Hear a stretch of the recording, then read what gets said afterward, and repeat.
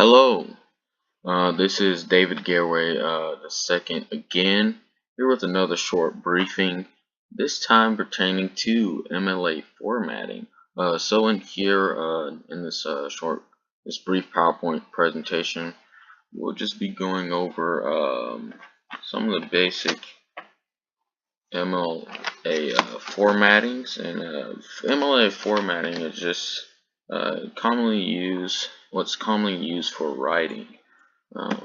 So we'll just be going over basic formats and some commonalities and some issues that I've seen in not only some of my fellow classmates in English Comp, but maybe some of those other classes as well, not in just English. So moving forward, talking about something that we need to include into MLA into the paper. So you know that it's first and foremost is going to be type. It needs to be size 12 times New Roman and or something similar to that. The spacing, it does need to be spacing. It needs to be double spaced and 1-inch margins around all sides, and also needs to contain the header.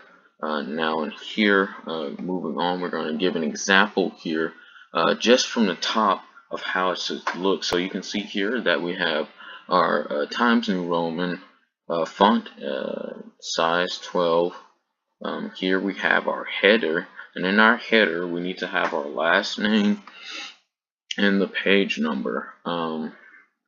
Also we have our heading, which will contain your name, your professor's name, the course, and the date written in the day, month, year format. And then also we see here at the top how our title needs to be centered. And we can also see that it's double spaced. Okay. And I chose some of this chose to go over this because these are the first things that we notice here in our writing, and that I believe our professor and or instructors, whoever it may be, we notice these things first because one, it's the beginning of your writing, and two, it just sticks out more. So these are some things that I chose just to cover so that I know that we're clear on this. Okay. So now we're going to move on to the body and talk about in-text citations. So we know that it needs to be indented in your body paragraph. They need to be indented, and that you can do that simply by in front of the sentence, wherever it needs to be a new paragraph that you feel needs to begin a new paragraph. You can simply press the tab button and it will simply indent for you. That's equivalent of indenting. Whenever you're typing. So for your works cited, you need to have an author plus a page number. These are in parentheses now. Author plus the page number, and this is usually for just one author. What about for two authors? For even for two, you would still put those two authors and add the page number. Now what if it's if it's three or more authors? And you would include the authors that was first listed, and then you'll use abbreviation at all, letting people know that hey, there's actually more people included in this, and it just wasn't this author.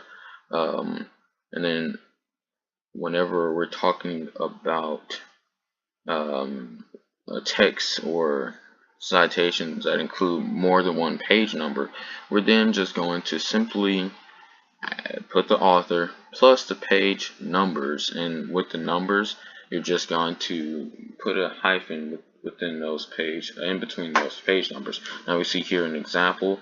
So we see the author Jones and we see the page number. We see two authors here, so we put both of those authors here and we put a page number. Put Jones, put at all, letting people know that there's not just Jones, there's other people as well who wrote this.